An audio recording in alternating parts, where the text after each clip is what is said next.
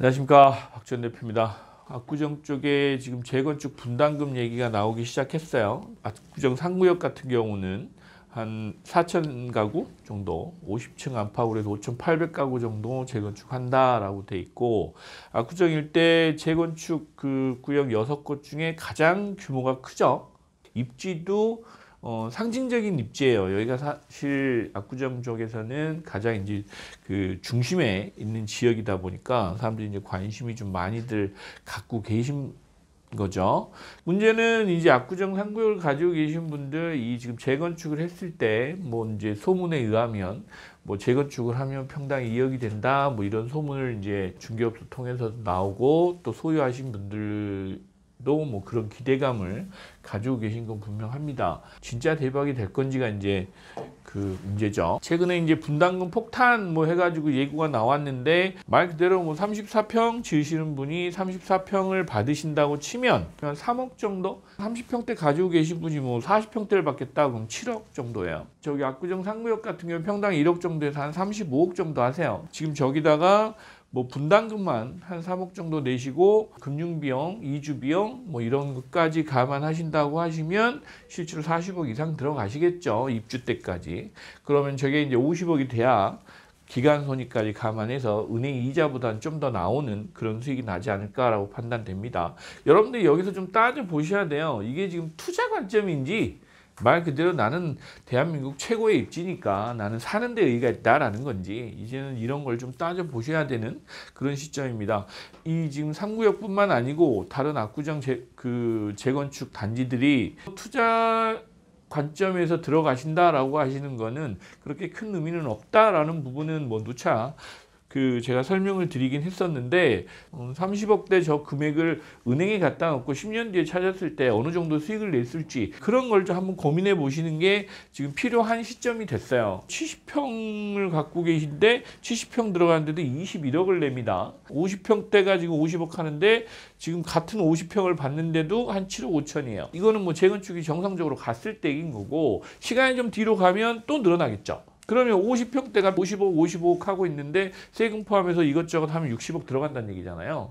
여러분들 이제 은행 이자 감안하시고 100억이 안 되면 어쩔 거야. 자, 압구정 상구역은 현재까지는 분양가 상한제 지역입니다. 그러다 보니까 분양가 자체도 여러분들이 생각하시는 금액만큼 분양을 할 수가 없어요. 리스크가 여러 곳에 산재해 있는 거는 현실이에요. 30평대 26억에 분양하면 기존 조합원들은 그럼 그 분양가의 몇 프로에 지금 가져가시는지도 고민을 해보셔야 되는 거예요. 그래서 이 지금 일반 분양가 대비 조합원은 요즘에는 뭐 예전처럼 뭐 70% 이렇게는 안 되고 보통 한 85%, 90% 정도 되실 것 같아요. 일반 분양가 기준으로 하면.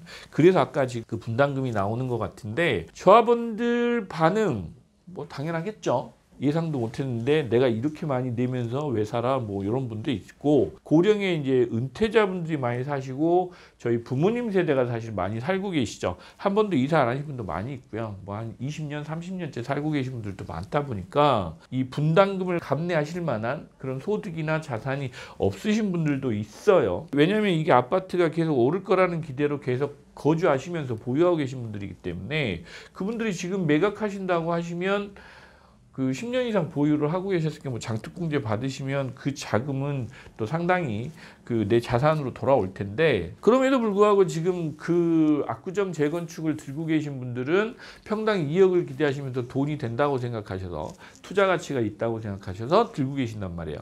그런데 이분들이 진짜 이 분담금을 못 내면 어떻게 되냐. 현금 청산하시든가 대출도 해주고 뭐 여러 가지 방법을 또 조합에서는 찾겠지만 그럼에도 불구하고 이제는 저라면 누차 말씀드리지만 저는 나옵니다. 10년 이상 들고 있고 장특공제를 받고 계신 분이라고 하면 나오는 게 맞다. 지금 말씀하신 분담금 이슈, 뭐 기간에 대한 이슈, 언제 입주할지도 모르는데 그것까지 다 감내하시면서 10년 이상을 기다리시겠다라고 하시는 것 자체가 투자자 마인드는 아니다라는 말씀을 드리는 거예요.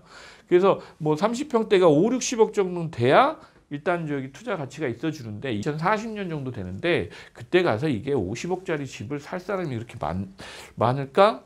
압구정이 어찌됐건 12,000세대 가까이 들어오는데 5, 60억짜리 집이 12,000세대가 들어오는 거 어마어마한 겁니다. 최근에 둔촌주공 재건축이죠. 그게 12,000세대예요. 그런데 그거는 이제 5, 60억짜리가 아니고 중산층 정도 되시는 분들이 들어가서 거주하는 10억대 아파트하고 5, 60억대 아파트는 전혀 다른 개념이에요. 그래서 수요층이 저게 있을 거냐라는 부분은 계속해서 고민하셔야 되는 부분이다라는 부분도 말씀드리고, 이런 징조는 사실 여러 군데서 이미 2, 3년 전부터 나오기 시작했습니다. 작년에 23년도에 뭐 마포에 보면 성산시형 알고 계시잖아요. 20평에 30평 가시는 분이 2억 5천을 내셔야 돼요. 많아 보이지 않는데 이게 실제로 보면 거기 시세하고 대비하면 상당히 큰 금액이에요. 10억을 넘어가는 아파트가 별로 없으니까. 삼익빛이 뭐 이거 작년에 해운대 광안리 옆에 있는 건데 30평대 그 재건축하는데 분담금만 6억 7천, 뭐 7억 정도 나온다고 그랬어요. 그래서 발칵 뒤집혔어요. 물론 1:1 재건축인 것도 있습니다. 부산에 34평을 20억 주고 들어가실 분이 얼마나 있겠어요. 부산 해운대에 가서 보면 그 ACT죠. 대형 평형들이 고가에 팔리고 있는 건 알고는 있습니다. 하지만 제가 보기에는 너무 과하죠. 상계주공 5단지 뭐 여기는 워낙 평형이 이제 소형이다 보니까 이분들이 뭐 34평 반당 5억이다. 근데 지금 11평이 지금 5억을 안 가는데 분담금을 5억을 내라면 이 사람들이 그 재건축을 할 수 있겠어요? 어렵죠. 신반포 8차도 마찬가지입니다. 34평에서 그보다 작은 평을 가는데 12억을 달라고 그러면 이건 새로 분양받아도 가시는 게 낫지 않나요? 그 다음에 음마아파트 뭐 31평에 43평 가는데 7억 7천. 이거는 제가 보기에는 미지수입니다. 저는 뭐 10억대까지도 갈 수 있다라는 생각을 해요. 음마아파트 같은 경우는 그렇게 사업성이 큰 단지도 아니고 또 조합이 또 시끌시끌해요. 이러고 있는 와중에서 언제 될지 모릅니다, 사실. 그 정비계획안도 다시 뭐 수정하고 여러 난이 있는데 앞으로 갈 길이 너무 멀어요. 앞으로 10년, 15년 뒤에 일을 보는데 이거 7억 7천이 끝나겠나? 이거는 지금 기준이죠. 뭐 향후 5년, 10년 뒤에 이 금액이 끝나겠냐는 거지. 앞으로 재건축 투자, 추가 분담금이 뭐 투자 판단 기준이 될 것이라고 말씀은 이렇게 드려놨는데 이거는 그냥 노출돼 있는 리스크잖아요. 다들 알고 있고 예상 가능한 리스크라고 저는 판단이 되는데 그 외에도 많이 있습니다.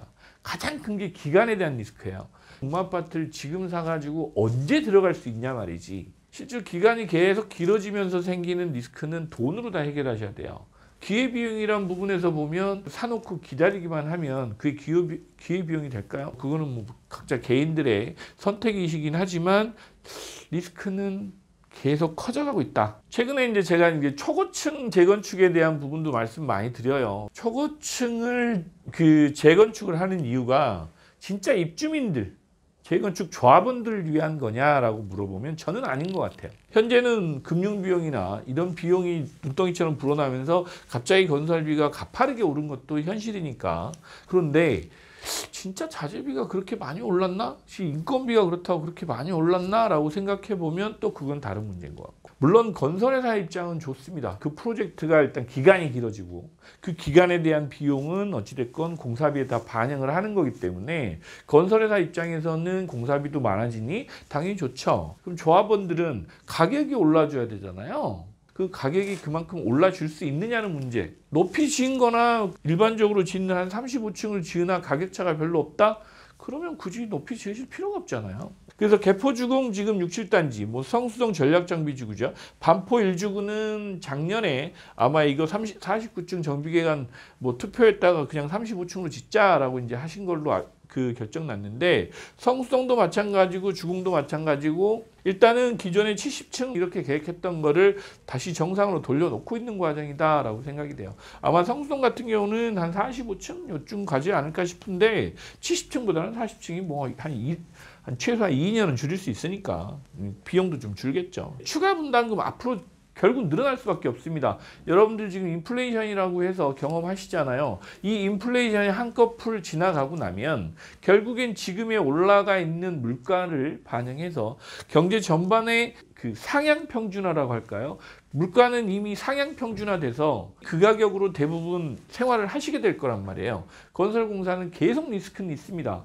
뭐 5년 그 공사 그 계약해가지고 시작을 했는데 그거보다 단축되는 경우는 최근에는 거의 없어요. 늘어났으면 늘어났지. 늘어나면서 생기는 그 그 부담금 여러분이 전부 감내하셔야 됩니다. 잠실 진주 같은 경우는 또 특이한 상황이 발생했는데 송파 풍납동 이 주변은 뭐 유물들이 많이 나오는 지역이어서 이 유물 한번 나옴으로 인해서 한 2천억이 날라갔어요. 조합원 입장에서. 본인들은 뭐 생각지도 않았던 이런 돈들이 계속 늘어나는 겁니다. 그 다음에 이제 이 입주권 거래도 분담금 리스크나 이런 게 계속 늘어나는 부분, 그 다음에 금융비용, 뭐 이주비 이런 거 늘어나는 거 감안하면 분양권을 사는 게 나을지 입주권을 살 건지 이제 고민해 보셔야 되는 상황이 벌어졌어요. 왜? 입주권 거래는 어찌됐건 분담금을 사시는 분이 부담을 하셔야 되니까. 근데 그 분담금이라는 게 확정돼 있는 게 아니잖아요. 분양권은 어찌됐건 확정된 분양가로 분양을 받으신 거지만 이 입주권은 조합이 해산할 때까지, 청산하고 해산할 때까지는 얼마가 나올지 명확히 모릅니다. 계속해서 생기는 부분이니까. 이 재건축 단지들에 대한 어떤 뭐 좋은 말씀을 많이 못 드린 것 같아요. 근데 아파트 투자, 특히 재건축이나 재개발 쪽 투자에 대한 어떤 막연한 기대, 집값은 우상향할 거야, 인플레이션이 또 지나가고 나면 또 다시 이렇게 한 단계 점프할 거야, 이런 생각들을 하시는 분들이 많으세요. 왜? 예전의 경험에 비춰봤을 때 지금 이 시간이 지나고 나면 때가 되면 다시 오를 거야 라고 하는데, 예전처럼 그런 오르는 상황이 다시 올까? 이거는 고민해 보셔야 된다는 말씀을 드리고 있는 겁니다. 네, 오늘 여기까지 말씀드리겠습니다. 감사합니다. 여러분, 좋아요, 구독, 알람 설정까지 여러분의 성공 투자를 함께 하겠습니다.